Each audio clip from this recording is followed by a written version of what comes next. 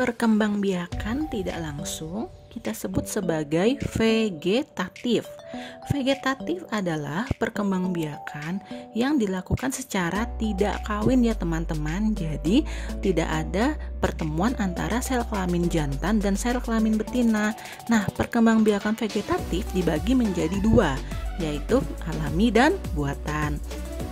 Perkembangbiakan vegetatif alami adalah perkembangbiak tumbuhan tanpa bantuan makhluk hidup lain, teman-teman.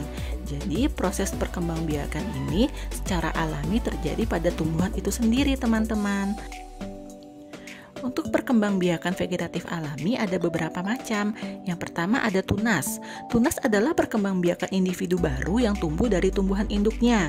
Tumbuhan baru yang dihasilkan melalui tunas biasanya tumbuh di samping induknya, teman-teman.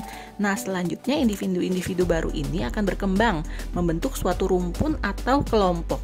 Munculnya tunas individu baru berasal dari bagian tumbuhan di dalam tanah, teman-teman. Jadi tidak akan jauh dari tumbuhan induknya.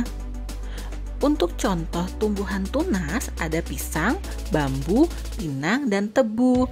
Nah, ini ada beberapa contoh gambarnya ya teman-teman. Yang kedua ada tunas adventif.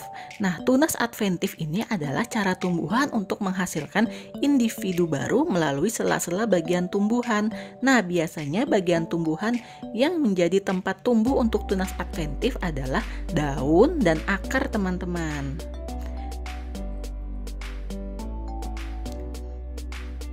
Contoh tumbuhan yang berkembang biak dengan cara tunas adventif.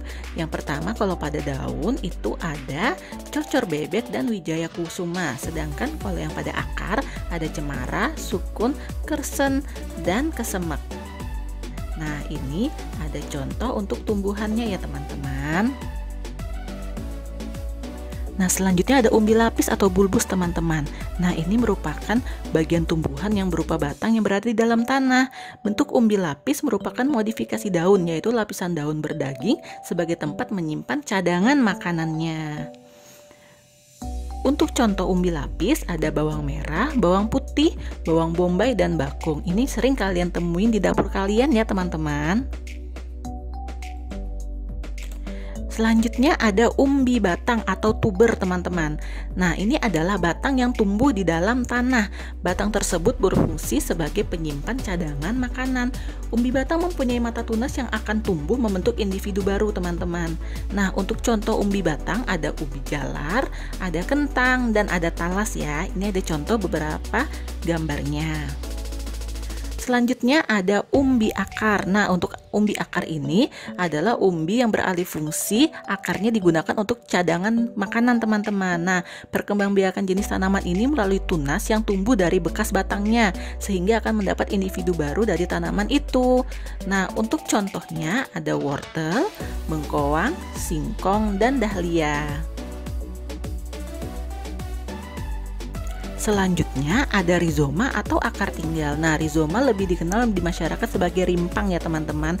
Jadi ini merupakan modifikasi batang tumbuhan yang tumbuhnya menjalar di bawah permukaan tanah dan dapat menghasilkan tunas. Dari sinilah akan terbentuk akar baru dari ruas-ruasnya, teman-teman. Nah, untuk contoh rizoma atau akar tinggal ada jahe, lengkuas, temulawak, dan kunyit, teman-teman. Ini bentuknya hampir sama ya, jadi biasanya dibedakan dari warna dan baunya, teman-teman. Dan ini memiliki manfaat yang sangat baik sekali bagi tubuh kita. Yang ketujuh ada geragih atau stolon. Nah, biasanya ini batang yang tumbuh merambat di atas permukaan tanah, teman-teman. Bagian geragih yang menyentuh tanah akan membentuk tunas dan akar pada setiap ruas yang dimilikinya, teman-teman. Untuk contoh geragih atau stolon ada stroberi, rumput teki, arbei, dan antana. Nah, ini adalah untuk contoh gambarnya ya teman-teman. Yang terakhir ada spora. Nah, spora merupakan alat perkembangbiakan yang terletak pada kotak menampung spora yang disebut sporanium. Nah, kumpulan kotak spora ini akan membentuk sorus, teman-teman. Jadi dia tuh bentuknya bintik-bintik kecoklatan gitu loh, adanya di bawah permukaan daun. Nah, kalau spora ini pecah dan jatuh di tempat yang cocok akan muncul individu baru. Ini adalah contoh untuk sporaniumnya loh, teman-teman. Jadi dia ada di bawah daunnya, berbentuk kecil-kecil, bulat-bulat kecil gitu. Untuk tumbuhan spora, contohnya adalah ada tumbuhan paku dan ada jamur. Selanjutnya ada perkembangbiakan vegetatif buatan. Nah, perkembangbiakan vegetatif buatan ini adalah perkembangbiakan yang dilakukan tumbuhan dengan bantuan makhluk hidup, teman-teman. Biasanya dilakukan oleh manusia. Nah, untuk perkembangbiakan vegetatif buatan ada beberapa juga. Yang pertama ada cangkok. Ya, konsep dari perkembangbiakan vegetatif buatan dengan cangkok adalah menumbuhkan akar dari batang tanaman yang dicangkok, teman-teman. Jadi melalui akar tumbuh dari batang tanaman tersebut kemudian dapat diperoleh tanaman baru. Nah, sifat dari keturunan yang dihasilkan adalah sama dengan induknya atau inangnya, teman-teman. Kelebihan dari metode perkembangbiakan ini adalah membutuhkan waktu yang tidak lama, sedangkan kelemahannya adalah menghasilkan tumbuhan dengan akar yang kurang kuat. Untuk perkembangbiakan vegetatif buatan biasanya dilakukan oleh tumbuhan yang memiliki kambium seperti mangga, jambu air, dan rambutan. Nah, ini adalah contoh gambar proses untuk mencangkok ya teman-teman.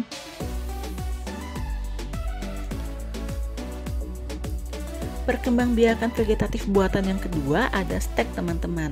Nah, stek adalah cara menghasilkan individu baru dengan cara menumbuhkan batang yang ditanam, teman-teman. Jadi dari batang yang ditanam akan muncul akar baru. Nah, kelebihan dari cara ini adalah pertumbuhan dan pembungaannya lebih cepat. Sedangkan kelemahannya adalah tidak dapat dilakukan pada tanaman yang besar, teman-teman. Nah, untuk contoh yang dapat dilakukan stek adalah tumbuhan singkong, mawar, melati, dan bougainville. Nah, ini adalah contoh untuk stek batang ya teman-teman. Jadi bisa dilihat ini cukup diambil batangnya saja, dimasukkan ke dalam tanah, nanti dia akan muncul akar, teman-teman. Selanjutnya ada okulasi. Okulasi disebut juga sebagai menempel, adalah cara menghasilkan tanaman baru dengan menempelkan tunas muda pada ranting atau batang tanaman induknya. Tujuan dari okulasi adalah menggabungkan dua sifat tanaman yang berbeda dari dua jenis tanaman, teman-teman, sehingga akan mendapatkan tanaman yang sifatnya lebih baik dari induknya. Nah, untuk okulasi biasanya dapat dilakukan oleh tanaman jeruk, rambutan, dan durian. Ini adalah contoh untuk melakukan okulasi ya teman-teman. Selanjutnya ada sambung atau kopulasi. Nah, sering disebut sebagai kopulasi juga teman-teman. Jadi konsep dari sambung atau kopulasi ini adalah menyambungkan batang dengan varietas yang sama. Jadi dicari dua jenis tumbuhan yang memiliki varietas yang sama. Proses yang dilakukan adalah menghasilkan tanaman baru melalui cara penggabungan batang bagian bawah dan batang bagian atas, teman-teman. Jenis tanaman yang dikembangkan melalui kopulasi ini berasal dari dua jenis tanaman berbeda, teman-teman, namun masih dalam satu keluarga. Nah, untuk contoh yang dapat dilakukan sambung, ini ada tanaman terong dengan tomat. Nah, ini adalah contoh untuk menyambung atau kopulasinya ya teman-teman. Yang terakhir ada merunduk. Nah, perkembangbiakan vegetatif buatan dengan merunduk ini dilakukan dengan menumbuhkan akar dari batang yang ditanam atau dirundukkan ke dalam tanah. Tumbuhan yang dikembangbiakan dengan cara merunduk harus memiliki cabang atau ranting yang panjang. Cara merunduk dilakukan dengan membengkokkan cabang atau ranting ke dalam tanah dan ditimbun dengan tanah, teman-teman.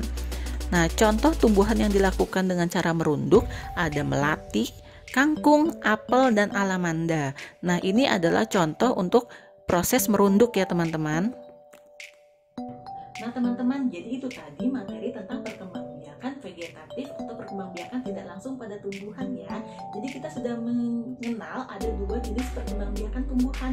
Ada yang langsung atau generatif tadi di part 1 video Bunda, dan ada yang perkembangbiakan tidak langsung atau vegetatif di video ini. Nah, Bunda harap dari penjelasan Bunda tadi anak-anak mengerti ya, dan tetap Bunda sarankan untuk di rumah aja, belajar di rumah, dan tetap semangat untuk menjalani hari-harinya. Sekian video pembelajaran dari Bunda, sampai bertemu di video pembelajaran selanjutnya. Selamat belajar.